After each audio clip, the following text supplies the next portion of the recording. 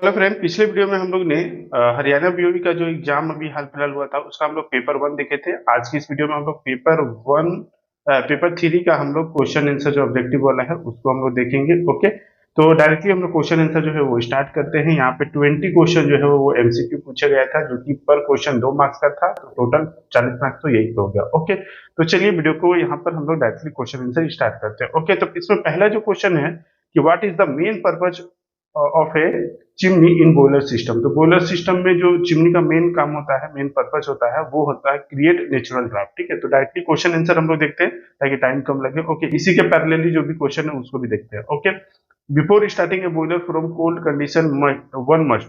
तो जब भी कोल्ड स्टार्टअप किया जाता है तो इकोनोमाइजर को वाटर से फिल कर लेना चाहिए। ओके, नेक्स्ट है mechanical stoker are use for. तो मैकेनिकल स्टोकर जो यूज किया जाता है वो होता है automatic feeding of solid fuel के लिए। नेक्स्ट क्वेश्चन है which of the following help in preventing smoke formation. तो स्मोक फॉर्मेशन के लिए कौन सा प्रिवेंट करता है?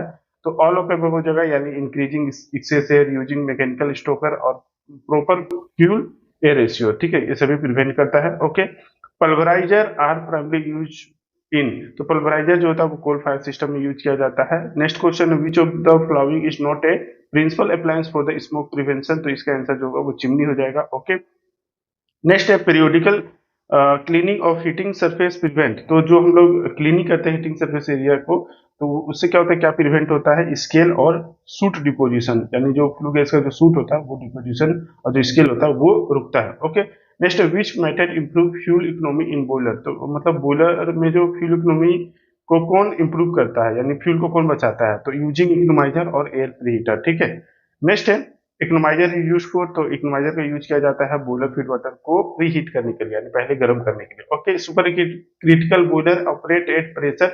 तो सुपर क्रिटिकल बॉयलर जो होता है वो 221 बार के ऊपर जो है वो ऑपरेट किया जाता है। ओके, नेक्स्ट है bank fire condition refer to.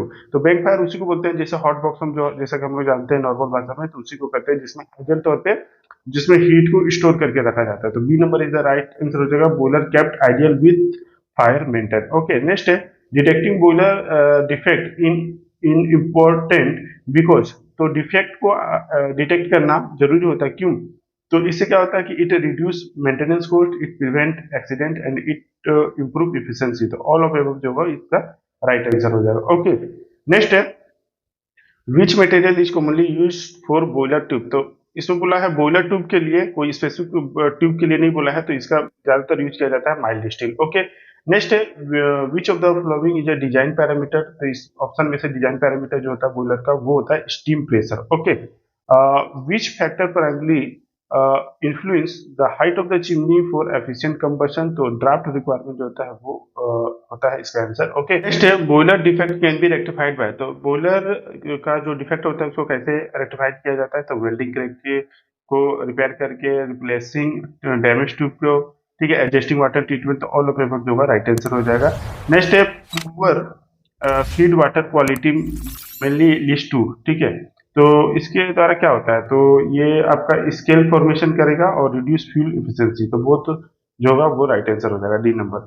Next है आपका विच of the following is essential for preventing scale formation. तो स्केल फॉर्मेशन का जब भी बात आ जाए तो वाटर ट्रीटमेंट जो होगा वो मेन होगा। ओके, तो B number proper water treatment होना चाहिए। ओके, नेक्स्ट है आपका which instrument is commonly use to measure boiler house fuel economy. तो औसत apparatus जो होता है वो यूज किया जाता है। नेक्स्ट है in boiler house instrument use include. तो इसमें से कौन कौन सा इंस्ट्रूमेंट यूज किया जाता है? तो प्रेशर गेज यूज किया जाता है, स्टीम फ्लोमीटर यूज किया जाता है, ड्राफ्ट गेज यूज किया जाता है। तो ऑल ऑफ एबव जो होगा वो राइट आंसर हो जाएगा। ओके, तो यही हो गया पेपर 3 से रिलेटेड जितने भी ऑब्जेक्टिव क्वेश्चन आंसर हो गए। ठीक है, सारे इंपॉर्टेंट क्वेश्चन आंसर हो गए। अगर जिन लोगों ने भी अगर ये सारा क्वेश्चन आंसर मारा होगा तो इसमें से 40 जो क्वेश्चन नंबर है वो तो कंफर्म है। ओके, तो यही हो गया आज के वीडियो में। बाकी ऐसे ही अपडेट के लिए चैनल को सब्सक्राइब कर लें। मिलेंगे नेक्स्ट वीडियो में, तब तक के लिए जय हिंद।